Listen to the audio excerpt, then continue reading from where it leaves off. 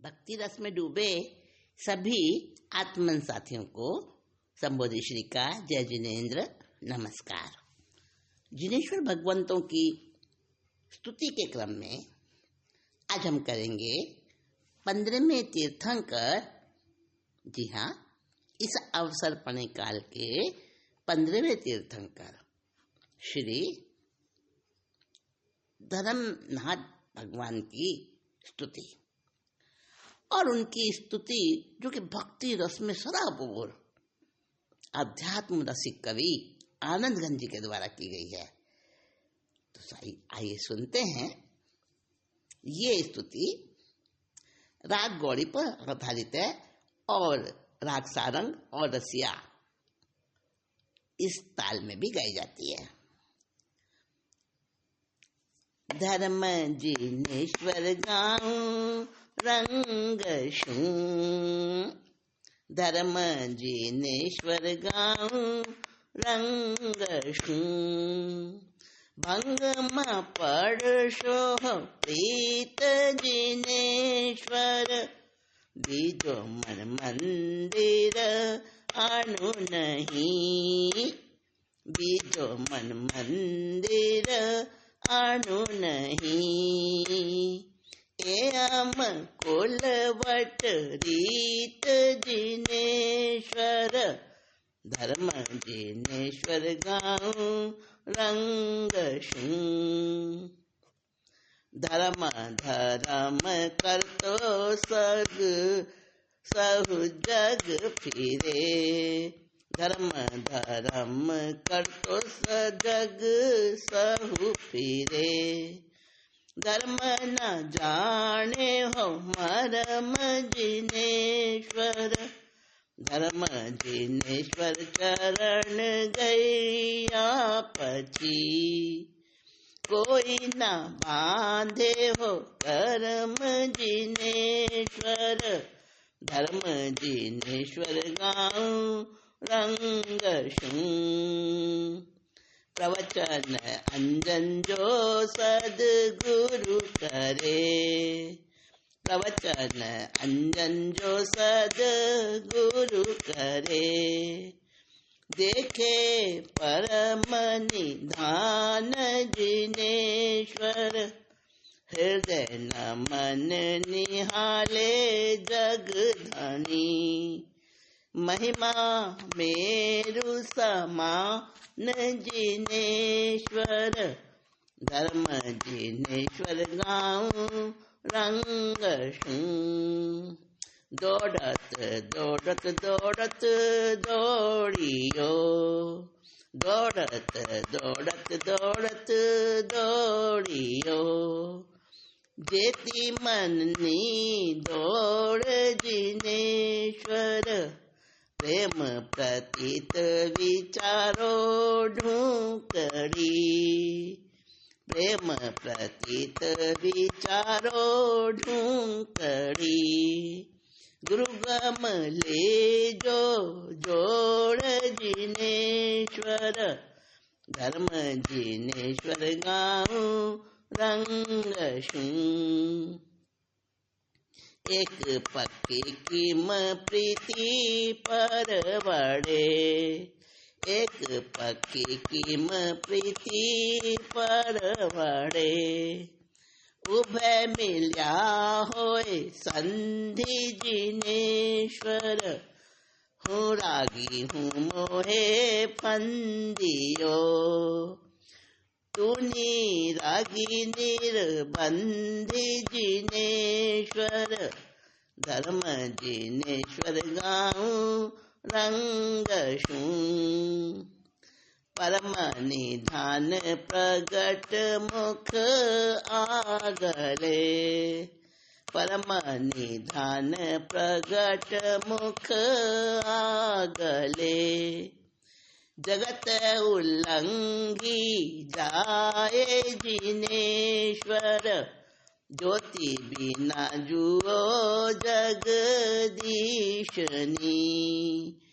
अंधो अंध पड़ाए जिनेश्वर, धर्म जिनेश्वर गाऊं रंगशु निर्मल गुण मणिरोहण भूधरा निर्मल गुण मणिरोहण भूधरा मुनिजन मानस हंस जिनेश्वर धन्य ते नगरी धन्य वेला घड़ी मात पिता कुल वंश जिनेश्वर धर्म जिनेश्वर गाऊं रंगशु मन मधुकर वर कर जोड़ी कहे मन मधुकर वर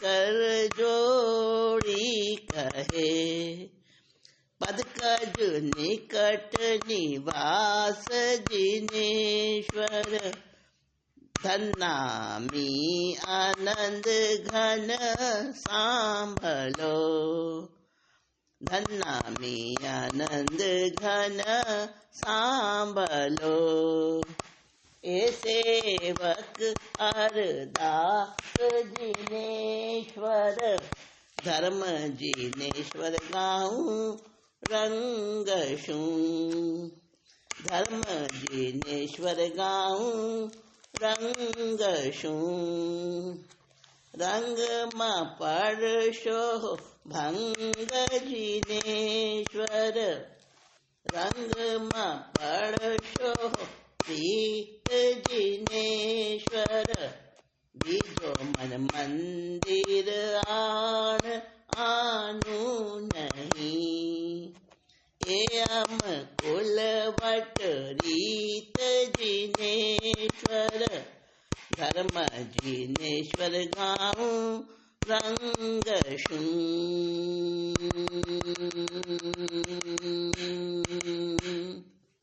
हाँ तो अध्यात्म रसिक कवि आनंद घन जी ने ये लोक भाषा के शब्द लेकर और अपने हृदय में भक्ति के छलकते हुए भाव लेकर जो ये रचना की है ना, भगवान की भक्ति की स्तुति, और उस स्तुति के अंदर उन्होंने क्या कुछ भर दिया है, ऐसा रस भर दिया है, पर शब्द समझ में कम आए होंगे ना, क्योंकि लोक भाषा के शब्द हैं। और लोक भाषा तो हमारे यहाँ भारतवर्ष की लोक भाषा क्या कहते हैं कि कोस कोस पे पानी बदले और कोस कोस पे भाषा। कितनी भाषा है हमारे लोक भाषा भंडार भरा पड़ा है, तो सबको तो सब कुछ नहीं अर्थ आता ना। हाँ तो इसका अर्थ करते हैं, फिर देखिए क्या आनंद आता है। क्या कह रहे हैं, धर्म जिनेश्वर गांव रंगशु। रंगशु, अब देखिए रंग, रंग में भर के, रंग में भर के का मतलब है भरपूर उल्लास भक्ति का वो रंग लेकर मैं धर्मनाथ भगवान की स्तुति कर रहा हूं। भंग में परशो प्रीत जिनेश्वर, और मेरी इस धर्म प्रीत में, मेरा इस धर्म स्नेह के इस श्रद्धा से छलकते हुए मेरे हृदय के जो जज्बात हैं, जो एहसास हैं, उनमें कोई भंग नहीं पड़ना चाहिए। भंग म पड़शो, भंग म पड़शो प्रीत, मतलब म का मतलब यहाँ पे है भंग म का मतलब है यहाँ पे मत, यानी नहीं, नकारात्मक भाव है।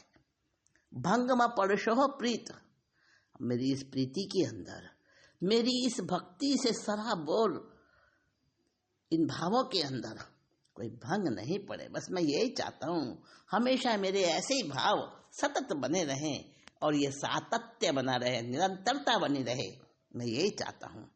बीजो मन मंदिर आनो नहीं, और किसी और को, और का मतलब किसी और तीर्थंकर से मत समझ लेना। यहाँ तीर्थंकर तो सब एक जैसे हैं, सबका केवल ज्ञान एक जैसा है ना। तीर्थंकर से अर्थ नहीं है यहाँ पे। यहाँ पर अर्थ है पर, यानी उससे अन्य और कोई। संसार के भाव, संसार के विषय, भोग, वासना, विभाव, विकार, उससे अर्थ है यहाँ पे। बीजो मन मंदिर आनु नहीं, यानी मेरे मन मंदिर के अंदर, मेरे हृदय रूपी मंदिर के अंदर कोई बीजो यानी कोई दूसरा, लोक भाषा का शब्द है, तो दूसरा कोई नहीं आए, ऐसी मेरी भावना है। हे धर्मनाथ भगवान, बस आप ही मेरे मन मंदिर में विराजमान रहो। बीजो मन मंदिर आनु नहीं, ए अम कुलवट रीत जिनेश्वर, मतलब ऐसा ही हमारे कुल परंपरा का इतिहास है। कुल परंपरा मतलब हमारी भक्ति का जो इतिहास है। प्रभु की भक्ति जहाँ आ जाती है ना, वहाँ कोई दूसरा नहीं समा सकता। कबीर दास ने कहा है, प्रेम गली अति उथली, बड़ा उथला है, बड़ा संकरा है ये मार्ग, वहाँ पर दो का प्रवेश नहीं है। म्यान में दो तलवार रह सकती है क्या? नहीं ना। हाँ, इसी तरह जहाँ भगवान की भक्ति रहेगी वहाँ दूसरी चीज आ नहीं सकती।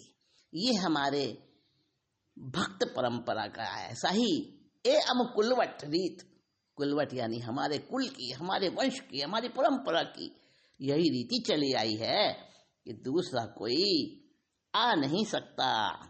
जहाँ पर अपना प्रियतम बैठा है वहाँ पर कोई दूसरा कैसे प्रवेश कर सकता है?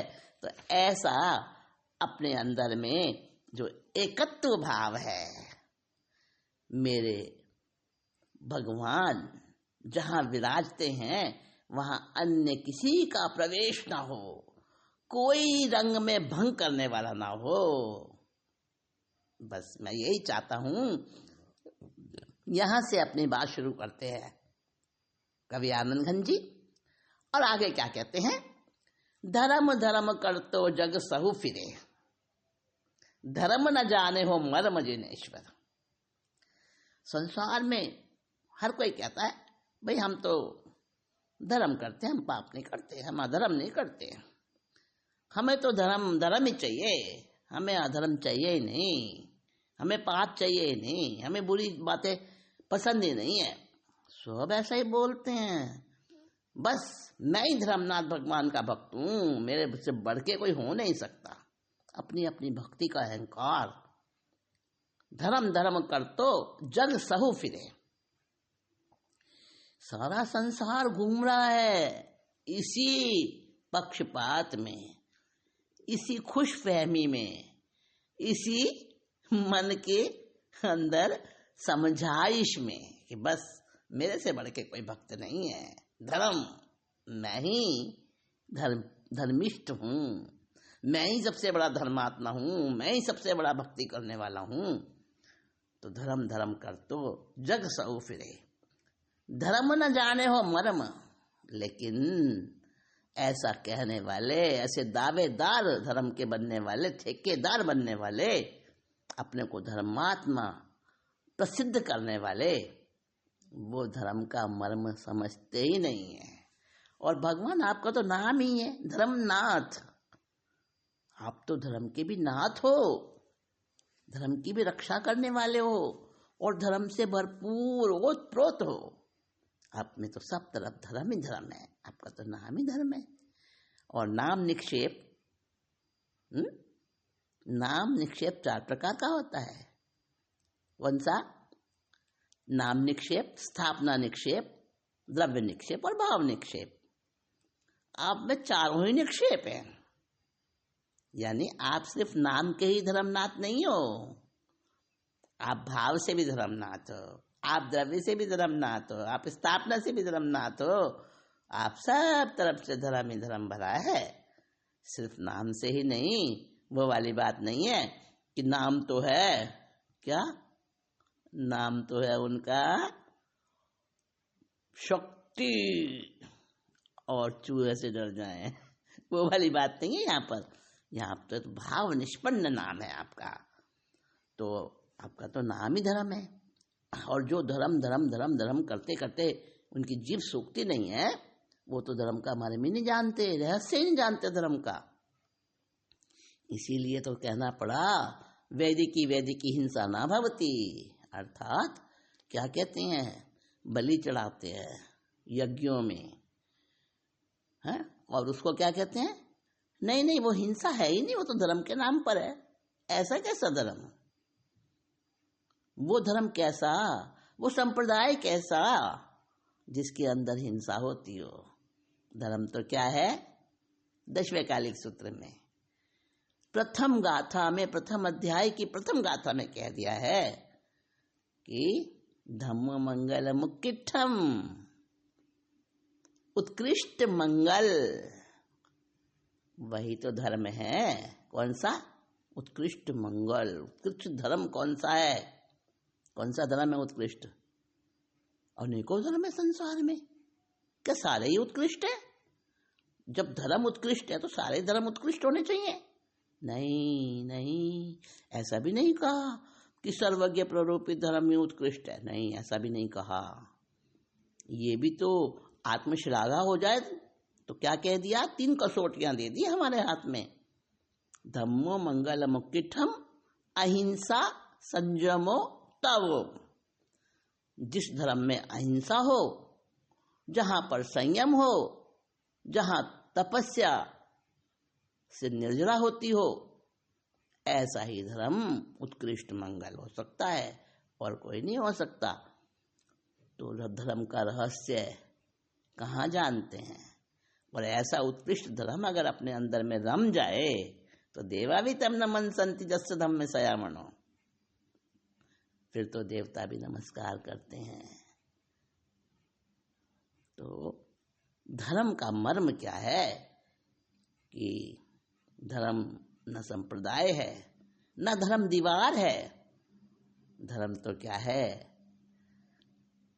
धर्म न संप्रदाय और धर्म नहीं दीवार। धर्म सिखाता एकता और धर्म बढ़ाए प्यार। धर्म तो उसका नाम है जो एकता सिखाए, लड़ना नहीं सिखाए। और यहाँ तो बंटवारे हो जाते हैं धर्म को लेकर। अरे कितने कितने सिर कट जाते हैं धर्म को लेकर। गुरुद्वारा शीशगंज खड़ा है दिल्ली के अंदर। मैं ज्यादा नहीं कहना चाहूंगी, बहुत बहुत रहस्य भरा है इन गाथाओं में, इन शब्दों में। श्री आनंदगंज जी ने क्या भक्ति का सागर भर दिया है। तो कह रहे हैं धर्म धर्म कर तो जग सहु फिरे, धर्म न जाने हो मर्म जिनेश्वर। अरे भक्ति का उस धर्म का रहस्य तो समझो, वो नहीं समझते हैं। धर्म जिनेश्वर चरण ग्रह्या पक्षी, कोई न बांधे हो कर्म जिनेश्वर। एक बात में सारी बात कह दी। कितना हाथी के पैर में सबके पैर समा जाते हैं, वो वाली बात कह दी ना कि बहुत सारे रहस्य हैं धर्म के। लेकिन सबसे बड़ा रहस्य कह दिया, सबसे बड़ी बात कह दी हाथी के पैर के समान कि धर्म जिनेश्वर चरण गैया पक्षी।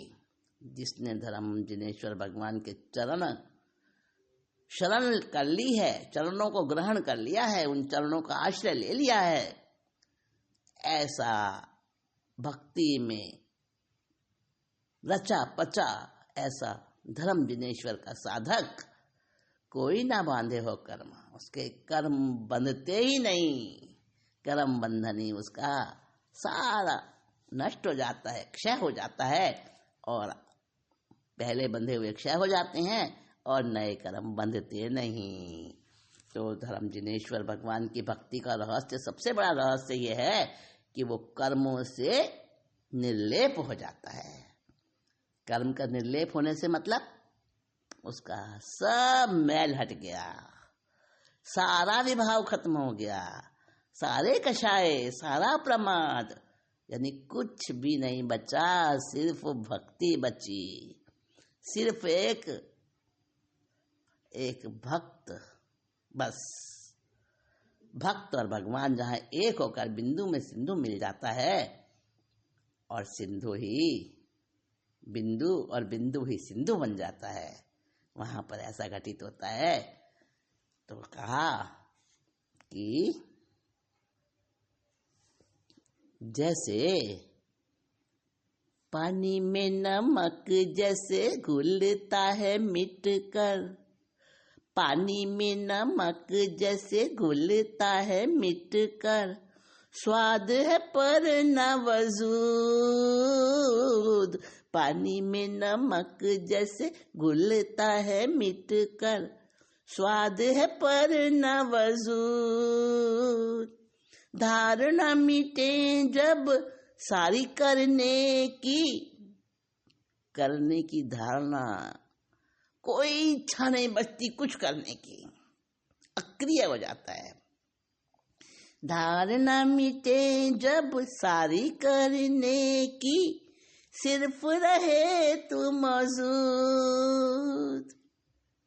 वही स्थिति है भक्ति की चरम उत्कृष्ट स्थिति, जहाँ पर दूसरा रहता नहीं। एवं कुलवट रीत जिनेश्वर, क्या कहते हैं? हाँ, तो कोई कर्म नहीं बांधता। जिसके अंदर में धर्मनाथ भगवान का चरण ग्रहण हो जाता है, वहाँ कर्मों का सफाया हो जाता है, कोई उसको प्रवेश नहीं मिलता। आगे क्या कहते हैं? प्रवचन अंजन जो सद्गुरु करे, देखे परम निधान जिनेश्वर। आहा, अंजन, अंजन किसको कहते हैं? काजल को, सुरमे को अंजन कहते हैं। अंजन 16 श्रृंगार हो और एक आंख में काजल ना हो तो सारे श्रृंगार फीके हैं अंजन के बिना। कहलाता तो वो अंजन है, यानी मैल, यानी कालापन। और जिसमें कोई मैल नहीं वो निरंजन होता है ना। लेकिन अंजन का भी महत्व है, निरंजन का महत्व तो है ही, पर अंजन का भी महत्व है। हाँ, तो अंजन आंखों में आंजा जाता है। काजल, सुरमा आंखों को सुंदर बनाता है, आंखों को ऐसा उजला कर देता है कि उसकी दृष्टि सम्यक हो जाती है। लेकिन यहाँ प्रवचन अंजन की बात कही जा रही है। प्रवचन अंजन जो सद्गुरु करे। एक वचन होता है, एक प्रवचन होता है। वचन तो बेइंद्रिय को भी मिल जाता है। एक इंद्रिय को तो सिर्फ मिलता है स्पर्श इंद्रिय, केवल शरीर मिलता है। और बेइंद्रिय को क्या मिलता है? रसनेन्द्रिय भी प्राप्त होती है, जिह्वा प्राप्त होती है। और जिह्वा से 2 काम होते हैं, अंदर आहार, कवल आहार, और दूसरा वाणी। तो बेइंद्रिय को भी वचन तो प्राप्त हो जाता है, परंतु प्रवचन किसको कहते हैं? सिर्फ आप्त पुरुषों का वचन ही प्रवचन कहलाता है। आप्त पुरुषों का वचन प्रवचन क्यों कहलाता है?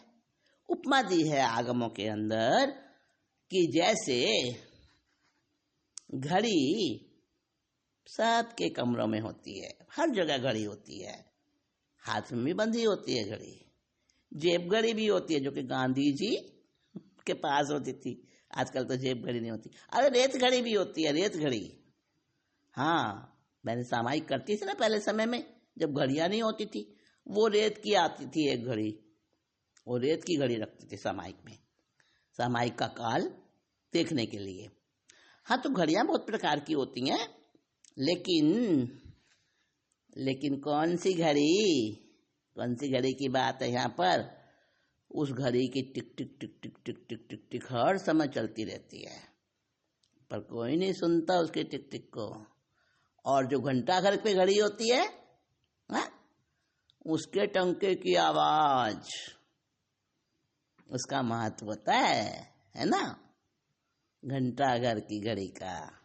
इसी तरह से हम जो बोलते हैं वो हमारा वचन होता है, और प्रवचन होता है धर्म जिनेश्वर, जो धर्म की वाणी निकलती है, जो अंदर से पवित्र होकर उनके अंतःस्थल से निकलती है, वो प्रवचन होता है। जो रोम रोम से उनके प्रवचन खिलता है, केवल एक इंद्रिय से नहीं, केवल मुख से ही नहीं, रोम रोम बोलता है उनका, और उनका वो प्रवचन सब अपनी अपनी भाषा में समझते हैं। तो प्रवचन अंजन जो सद्गुरु करे, प्रवचन का अंजन, प्रवचन को अंजन बना दिया, काजल बना दिया, सुरमा बना दिया, दृष्टि शोधक बना दिया। तो ऐसा प्रवचन जो हमारी दृष्टि को मिथ्या से सम्यक बना देता है, जैसे इंद्रभूति गौतम, एक ही तो वचन सुना था ना भगवान का, कोई बहुत सारा लंबा चौड़ा उन्होंने प्रवचन नहीं सुना था, सिर्फ उपनैवा दिग्मैवा धुवैवा, बस एक त्रिपदी, और उन्होंने सब कुछ उल्टे का सुलटा कर दिया था। ऐसा होता है प्रवचन। तो प्रवचन अंजन, ऐसा प्रवचन का अंजन जो सद्गुरु का प्रवचन होता है, आत्मगुरु का प्रवचन होता है, तीर्थंकर भगवंतों का जो उनकी वाणी होती है, उनका जो प्रवचन होता है, उसका जो अंजन बना लेता है, उसके अपनी दृष्टि को उससे आंज लेता है, तो क्या होता है, ऐसी दृष्टि खुल जाती है, देखे परम निधान जिनेश्वर। कहते हैं जादू की एक ऐसी दृष्टि होती है जिससे, एक दृष्टि दी थी ना, वो गीता में आता है ना, संजय उनका सारथी, धृतराष्ट्र अंधे थे ना, तो उन्होंने कहा था कि भाई मैं तो कुरुक्षेत्र का युद्ध कैसे देख सकता हूं, मैं तो अंधा हूं, मेरी आंखें, मेरी दृष्टि नहीं है, तो मैं देखना चाहता हूं। तो कृष्ण ने उनकी इच्छा पूरी की थी, ऐसा प्रसंग आता है गीता में। तो कृष्ण ने उनके सारथी को, सारथी संजय नाम का सारथी था धृतराष्ट्र का, तो उस संजय सारथी को कृष्ण ने दिव्य नेत्र प्रदान किए थे, यानी ऐसी दृष्टि प्रदान कर दी थी, ऐसी कृपा हो गई थी कृष्ण की कि संजय ने वहीं बैठे बैठे, उनके महलों में बैठे बैठे धृतराष्ट्र को ऐसी कमेंट्री सुनाई। कमेंट्री, हाँ, बड़ा पॉपुलर शब्द है कमेंट्री का। आजकल तो क्रिकेट का जमाना है ना, बच्चा क्रिकेट खेलता है, तो क्रिकेट में कमेंट्री होती है ना, कौन सा खिलाड़ी किधर भागा, कैसे उसने बॉल फेंकी, कैसे उसने बॉल को अचीव किया, छक्का बनाया, चौका बनाया, वो सारा का सारा कमेंटेटर होते हैं, वो वहीं बैठे बैठे इस ढंग से सुनाते हैं कि जो उस मैच को प्रत्यक्ष नहीं देख रहे हैं उनको भी आनंद आता है, जैसे प्रत्यक्ष ही मैच देख रहे हों। तो कमेंटेटर कहते हैं, बहुत बड़ी सैलरी होती है कमेंटेटर की। हाँ, तो ये कृष्ण की बात चल रही थी। तो कृष्ण ने सारथी संजय को, रथ चलाने वाला सारथी होता है ना, रथ का ड्राइवर, तो उस सारथी को उन्होंने दिव्य दृष्टि दे दी कि संजय यहीं बैठे बैठे सब कुछ देख लेगा, कुरुक्षेत्र के मैदान में क्या हो रहा है, और ये तुम्हें सुनाता रहेगा, उसकी कमेंट्री सुनाता रहेगा। तो दिव्य दृष्टि दे दी थी। तो दिव्य दृष्टि के देखने से संजय को वहीं बैठे बैठे कुरुक्षेत्र का सब कुछ दिखाई दे रहा था, और वो धृतराष्ट्र को सुनाता जा रहा था। हाँ, तो दिव्य दृष्टि, ऐसी दिव्य दृष्टि होती है, ऐसा कोई सुरमा होता है जिससे अंधे भी देखने लग जाते हैं। तो ये जो अंजन है ना, प्रवचन का अंजन, ये अगर प्रवचन का अंजन, सदगुरु के प्रवचन का, जिनेश्वर भगवंतों के प्रवचन का अंजन कोई अपनी आंखों में आंज ले, तो वो परम निधान देखने लग जाता है। कोई ऐसी दिव्य दृष्टि भी होती है कि वो जिसकी आंख में वो अंजन डाला जाए, उस अंजन का ऐसा प्रभाव होता है कि उसको जमीन में गड़े हुए खजाने दिखने लगते हैं। लेकिन यहाँ परम निधान देखता है। वो परम निधान, जो सदगुरु का अंजन अपनी आंखों में डाल लेता है, वो परम निधान देखता है। परम निधान कौन सा? अपनी आत्मा का। मेरी आत्मा में जितना खजाना है ना, उतना तो कहीं भी नहीं है। सब दुनिया भी फीकी है उसके सामने, सारे दुनिया के खजाने फीके हैं उसके सामने। ऐसा ऐश्वर्य भरा हुआ है, मैं इतने ऐश्वर्य का स्वामी हूँ। वो उसको परम निधान दिखने लग जाता है और हृदय नयन निहाले जग धनी, और वो सारे संसार का, जग का धनी बन जाता है, स्वामी बन जाता है। और अपने हृदय के नेत्र जो खुल गए हैं, उनसे पूरे संसार को देखता है और संसार के स्वामी को देखता है, यानी अपने आप को देखता है। अपने आप से अपने आप को देखना। आत्मा से आत्मा को प्राप्त होने की कला, वो कला आ जाती है उसको, आत्मा से आत्मा को प्राप्त होने की कला। तो वो हृदय नयन निहाले जग धनी, महिमा मेरु समान जिनेश्वर। और उसकी महिमा कैसी हो जाती है? मेरु पर्वत जैसा विशाल विराट महिमा। क्योंकि उसका धनी कौन बन जाता है, उसका स्वामी कौन बन जाता है? धर्म जिनेश्वर, तीर्थंकर प्रभु। तो मैं भी यही चाहता हूं कि धर्म जिनेश्वर गाऊं रंग शूं, भंग म पड़शो प्रीत जिनेश्वर। तो मैं भी यही चाहता हूं, आनंद घन जी कह रहे हैं कि ऐसे जिनेश्वर भगवंतों को मैं स्तुति कर रहा हूं, धर्म जिनेश्वर की, और मुझे वो ऐसा रंग चढ़ जाए कि उसमें भंग ना पड़े। हमेशा हमेशा मेरा इसी प्रकार का ये रंग में डूबा हुआ मेरा हृदय भक्ति में सराबोर रहे, यही मैं चाहता हूँ। अब आगे क्या कह रहे हैं? बिना धर्म का मरम जानने वाले लोग होते हैं जो अपने को भक्त कहते हैं, दावा करते हैं, धर्म के ठेकेदार बनते हैं, वो तो धर्म का रहस्य ही नहीं समझते। ऐसा नहीं बनना मुझे। मैं तो ऐसी भक्ति चाहता हूँ जो मैं ऐसा अंजन मुझे मिल जाए, मैं अपनी आत्मा को आत्मा से देखूं बस, और वही परम निधान है, वही मुझे दिखाई दे जाए बस। तो आगे आगे गाथा में क्या कह रहे हैं? दौड़त दौड़त दौड़त दौड़ियो, जेती मननी दौड़ जिनेश्वर। और ये मन कहाँ कहाँ दौड़ाता है सबसे तेज गति है मन की। चंचल से चंचल जो घोड़े होते हैं ना, उनसे भी बढ़कर मन का वेग है, वेग। और वेग को संवेग बनाना है, वेग संवेग बन जाए, है ना। 5 लक्षण है ना सम्यक्त के, शम संवेग निर्वेद अनुकंपा आस्था, 5 लक्षण है ना। तो संवेग क्या है? संवेग है सम्यक प्रकार का वेग। वेग तो चाहिए।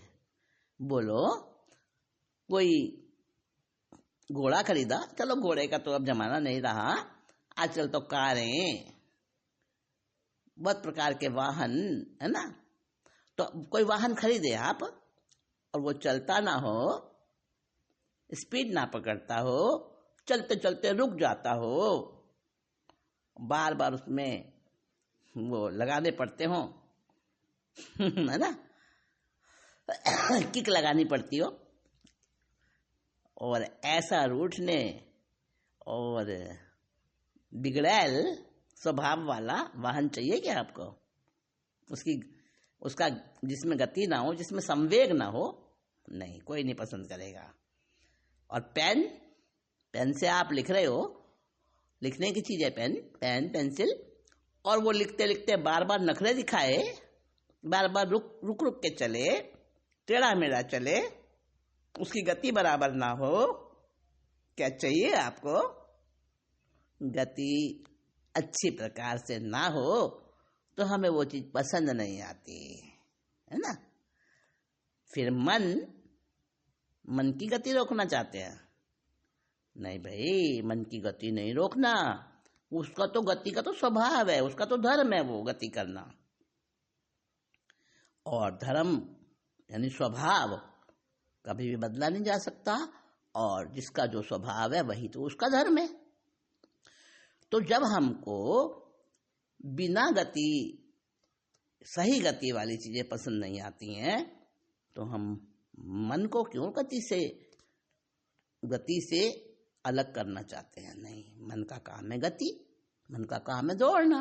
लगा भाई, दौड़ लगा, कितनी दौड़ लगाएगा? तो मन इतना गतिमान है तो उसके गति को, उसके वेग को हम संवेग बनाते हैं, यानी सम्यक वेग बन जाए, सम्यक प्रकार से गति करे, हमारे अनुसार गति करे। और हम चलते हैं मन के कहने में, तब तो गड़बड़ होती है ना। अगर हम मन के स्वामी बन जाएं, अभी तो सेवक बने हुए हैं, तो धर्म जिनेश्वर की प्रीत, धर्म जिनेश्वर का भक्ति का रंग हमें वो संवेग सिखा देता है। तो हमारा जो दौड़ने वाला मन है, दौड़त दौड़त दौड़त दौड़ियो, 3 बार दौड़त शब्द आया, दौड़त 3 बार आया है। हाँ, शब्दों का भी अपना महत्व है। शब्द हंसाते भी हैं, शब्द रुलाते भी हैं, शब्द जोड़ते भी हैं, शब्द तोड़ते भी हैं, शब्द जख्म भी करते हैं, शब्द मरहम भी बनते हैं। शब्दों का बड़ा प्रभाव है, शब्दों की बहुत शक्ति है। तो यहाँ पे 3 बार दौड़त दौड़त दौड़त दौड़ियो, जेती मननी दौड़। ये मन बड़ा दौड़ता है, बड़ा दौड़ता है चारों तरफ। अभी यहाँ बैठा, अभी कहाँ पहुंच जाएगा, है ना? तो मन की दौड़ होने दो ना, खूब होने दो मन की दौड़। चल भाई, दौड़ कितना दौड़ेगा तू मन? मेरे तो धर्म जिनेश्वर स्वामी है ना, मुझे परवाह नहीं है तेरे की दौड़ने की। मैं नहीं घबराता तेरी दौड़ से, क्योंकि मेरा वो वेग, मन का वेग सम्यक वेग बन गया है, संवेग बन गया है अब, इसलिए मुझे फिक्र नहीं है। तो कहते हैं, अरे मन दौड़ दौड़ दौड़, जितने तेरी दौड़ है दौड़ता रहे, मुझे परवाह नहीं है। प्रेम प्रतीत विचारी ढूंकड़ी, ढूंकड़ी का मतलब अच्छी प्रकार, 100%। मैंने प्रेम की, विश्वास की शक्ति विचार कर ली है। मुझे पता चल गया है कि मेरी आस्था, मेरी श्रद्धा में कितनी ताकत है। गुरुगम ले जो जोड़ जिनेश्वर। और भगवान की भक्ति जो मुझे गुरुगम से प्राप्त हुई है। गुरुगम क्या अर्थ है इसका? भाई हमने तो आगम सुना है, गुरुगम तो हमने नहीं सुना। अरे आगम भी एक प्रमाण है और गुरुगम भी एक प्रमाण है। देखिए, भगवान की जो वाणी करोड़ों वर्षों पहले, अनादिकालीन वाणी जो है, जब उनके रोम रोम से खिली थी, तब वो वाणी उसी समय शास्त्र में नहीं आ गई थी।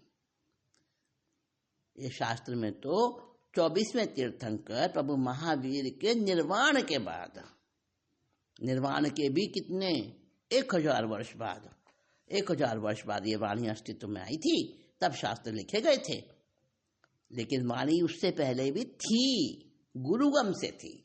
गुरुगम से मतलब अपने अपने गुरुओं से सीखकर, जानकर, और उसको हृदय में रखते थे, उसको स्मरण में रखते थे। और फिर जिसने अपने गुरु से सीखा वो शिष्य अपने शिष्यों को देता था, पीछे आने वालों को देता था। लेकिन छपते नहीं थे कोई शास्त्र। तो इसी प्रकार से वो गुरुगम से वाणी चलती थी और वो सिद्धांत आगे आगे एक दूसरे जनरेशन को सर्कुलेट होते रहते थे। तो गुरुगम अपने अपने गुरु के अनुसार जो धारणाएं होती हैं उसको गुरुगम कहते हैं। तो दौड़ा तो दौड़ियो, जेती मननी दौड़ जिनेश्वर। मेरा मन दौड़ता रहता है, जितना भी दौड़ सकता है, अपनी पूरी शक्ति लगा के मन दौड़ता है। लेकिन मैं जानता हूं मन की दौड़ मेरे लिए कोई घातक हो नहीं सकती, क्योंकि मैंने उसको वेग को संवेग बना दिया है। प्रेम प्रतीत, भगवान का जो प्रेम है, जो भगवान की भक्ति है, जो श्रद्धा है, वो उसकी प्रतीति मेरे अंदर में आ गई है और मैंने उसको ढूंकड़ी विचारी। अच्छा, अच्छी प्रकार मैंने उसको विचार कर लिया है, पूरा विचार कर लिया है कि मेरी जो श्रद्धा है वो गुरुगम से प्राप्त है।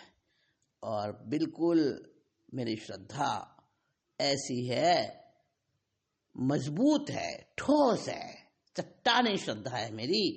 तो मेरे को कोई परवाह नहीं, मन कितना दौड़ेगा, उस मन का दौड़ने का मुझे कोई मैं उससे डरता नहीं हूँ, कहीं मुझे उससे सिर्फ फर्क नहीं पड़ता। मैं अपनी भक्ति में मगन हूँ, मेरी श्रद्धा ठोस है और ये मन मुझे कोई नुकसान नहीं पहुंचा सकता, क्योंकि मैंने इसके वेग को संवेग बना दिया है। और वो संवेग कहाँ से बना? जिनेश्वर भगवंतों के प्रवचन रूपी अंजन को लगाकर मुझे वो शक्ति प्राप्त हुई है। अब आगे कहते हैं सब कुछ ठीक है, मैंने सारे साधन छोड़ दिए और अपने मन को मैंने ऐसा बना दिया कि फालतू बातों में जाता नहीं है। परंतु आ गया ना, परंतु प्रभु एक पक्षी की मैं प्रीति पर बड़े। आहा, क्या बात कह दी है। वन वे ट्रैफिक सुना होगा आपने। बस एक तरफ से जाना। वन वे ट्रैफिक जहाँ होता है ना, वहाँ तो बड़े एक्सीडेंट होते हैं। तो इसीलिए कैसी सड़कें बनाई जाती हैं आजकल, जहाँ आना और जाना अलग अलग रास्ते हों, जो कोई एक्सीडेंट ना हो, कोई टक्कर ना हो, कोई नुकसान ना हो है? तो अब यहाँ पे वन वे ट्रैफिक की बात आ रही है। बड़े दुख से कह रहे हैं, जो भक्त होता है ना, भगवान की भक्ति का प्यासा होता है, बस वो यही चाहता है हर समय बस मेरे सामने ही रहे, मेरे जो आस्थावान मेरा साथ आराध्य गुरु हैं वो मेरे सामने ही रहे, बस हर समय उन्हीं का मैं बस दर्शन करता रहूं। अब कहते हैं कि दोनों तरफ से एक जैसी प्रीति हो तब तो काम होता है। एक पक्षी किम प्रीति परवड़े, उभय मिलिया होए संधि जिनेश्वर। अरे संधि तो तब होती है जब दो इधर का और इधर का दोनों अक्षर मिल जाते हैं, दोनों वर्ण मिल जाते हैं, तब तो संधि होती है ना। तो संधि होने से अर्थ बड़ा गहरा बन जाता है। तो एक पक्षी प्रीति किम परवड़े का मतलब कुछ काम नहीं करती। किम परवड़े मतलब उससे कोई बात नहीं बनती। एक तो चाहे और एक ना चाहे तो प्यार आगे बढ़ेगा क्या? ऐसे ही भक्ति का भी मामला है कि हम तुम्हें चाहे तुम ना चाहो तो कैसे बात बने। तो कह रहे हैं कि मैं तो मेरी तरफ से बहुत लालायित होता हूँ आपसे मिलने को, पर प्रभु कहाँ कमी रह जाती है जो ये मेरी प्रीति एक पक्ष की तरफ से हो गई, दूसरी तरफ से तो कुछ दिखता ही नहीं। उभय मिलिया होए संधि जिनेश्वर, और दोनों के मिलने से ही तो बात बनती है। हूँ रागी हूँ मोहे फंदी हो। उनको समझ आ गई कि एक पक्षी प्रीति क्यों है। कारण भी तो समझना चाहिए, बिना कारण के कार्य नहीं होता, हर काम के पीछे कोई ना कोई कारण होता है। तो कॉज एंड इफेक्ट थ्योरी जो है, जहाँ इफेक्ट है वहाँ कॉज भी होगा, जहाँ कार्य है वहाँ कारण भी होगा। मतलब वृक्ष है, जरूर उसका अंकुर भी होगा। तो कारण खोजा तो कारण पता चला कि मैं तो रागी हूं, मैं तो मोह में बंधा हुआ हूं प्रभु, और तुम निरागी हो, तुम निर्बंधी हो। तो कैसे मेल होगा? मेल तो तभी होगा जबकि दोनों बराबर के हों। तो मुझे समझ आ गया है, आनंदगंज जी कह रहे हैं, मुझे समझ आ गया है कि मैं तो अभी मिथ्यात्व में डूबा हुआ हूँ, विकारों में डूबा हुआ हूँ, राग और द्वेष में डूबा हुआ हूँ, मोह में फंसा हुआ हूँ, और आप तो इन सबसे निर्बंध हो, वीतरागी हो।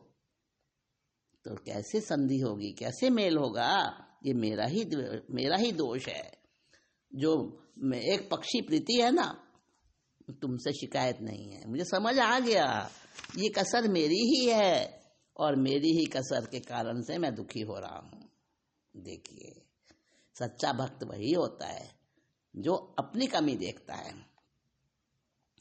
और क्या कह रहे हैं? परम निधान प्रगट मुख आगले। परम निधान तो मेरे सामने ही पड़ा है। परम निधान प्रकट मुख आगले। मुख आगले का मतलब मेरे मुख के सामने, मेरे आंखों के सामने पड़ा है।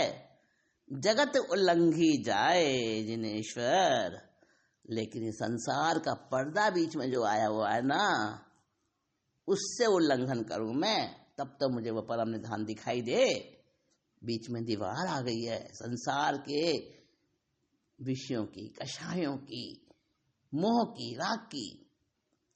और ज्योति बिना जुओ जगदीशनी, अंध पुलाए जिनेश्वर। और जब तक वो हटे ना दीवार, जब तक मेरी ज्योति पूरी शुद्ध ना बने, मेरी आंखों की दृष्टि, उसके अंदर का धुंध ना हटे। होता है ना, ऑपरेशन होते हैं ना आंखों के, क्या बोलते हैं उसको?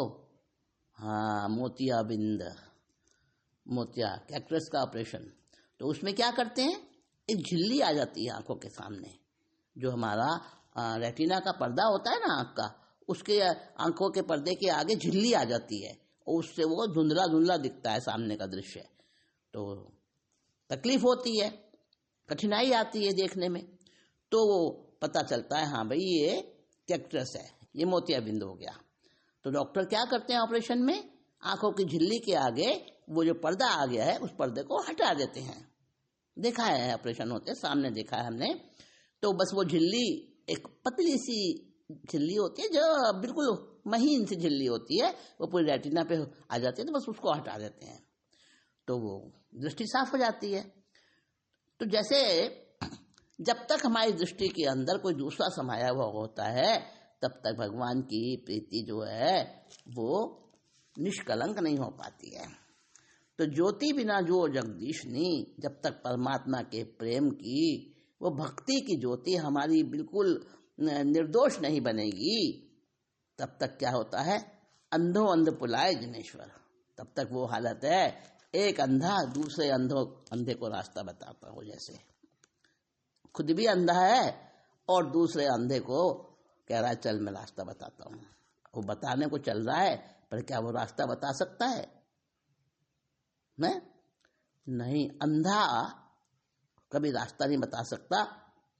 आंखों वाला होगा, उसी को मार्ग दिखेगा, क्योंकि अंधे की दृष्टि नहीं है, सही से दृष्टि कैसे बताएगा वो?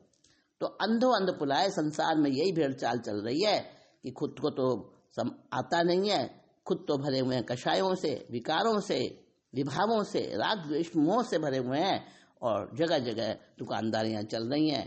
आजा भाई, हम तुम्हें भगवान से मिलाते हैं, आ जाओ हम आत्मा के दर्शन कराते हैं। सब अपने अपने दावे लेके बैठे हैं, लेकिन सबके दावे वो झूठे हैं। ऐसे हैं जैसे अंधा अंधे के पीछे चले। तो भगवान की भक्ति ऐसी नहीं है। भगवान की भक्ति तो वो है कि निर्मल गुण मणि रोहन भूधरा, मुनि जन मानस हंस जिनेश्वर।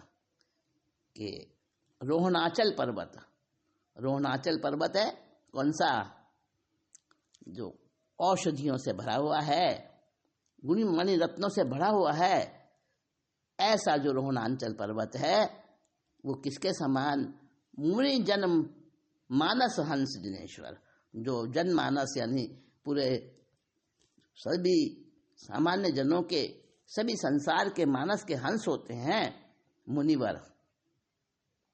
मुनिवर किसके समान है, औषधियों के भंडार, मणिरत्नों के भंडार, उस पर्वत के समान है मुनीश्वर। धन्य ते नगरी धन्य बेला घड़ी, वो घड़ी, वो पल, वो धन्य धन्य है। माता पिता कुल वंश जिनेश्वर। और उन मुनियों के जो माता पिता, उनका कुल, उनका वंश, वो सब धन्य है जहाँ वो जन्मे। वो किसके समान है उनका कुलवंश, जैसे वो पर्वत होता है औषधियों से भरा हुआ, ऐसे ही मेरे धर्मनाथ भगवान हैं, तो उनका भी वंश धन्य धन्य है।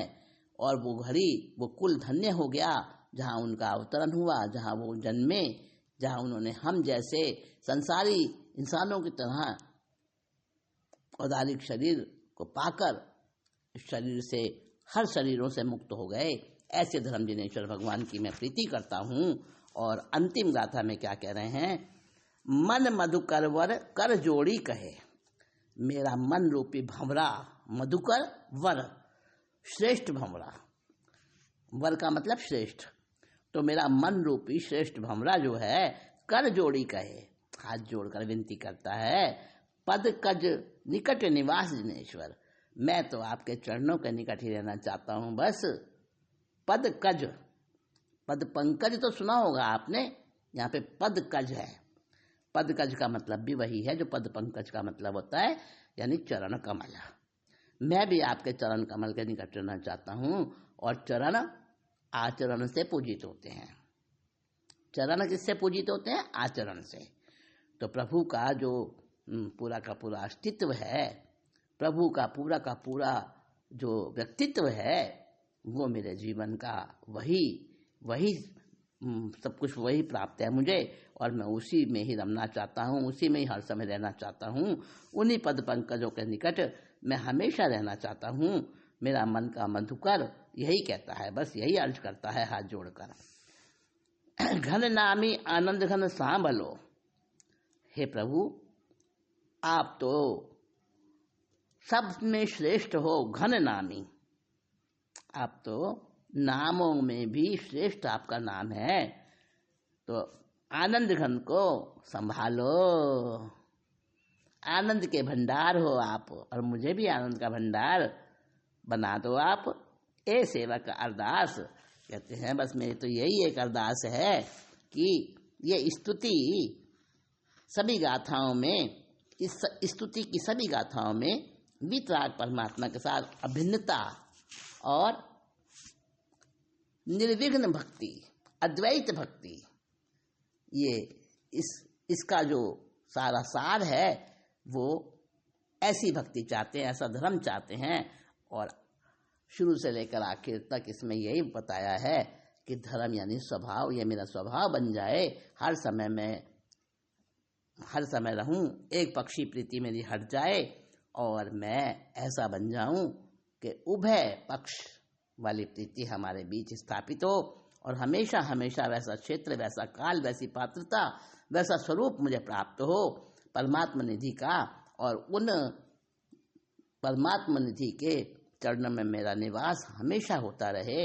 ऐसा इस स्तुति में उन्होंने व्यक्त किया है अपना भाव। आनंद आया ना? आनंद घन जी की स्तुति में आनंद ही आनंद भरा है। अच्छा, चलती हूँ, अगली बार फिर आती हूँ। भक्ति रस में डूबे सभी आत्मन साथियों को संबोधि श्री का जय जिनेन्द्र, नमस्कार।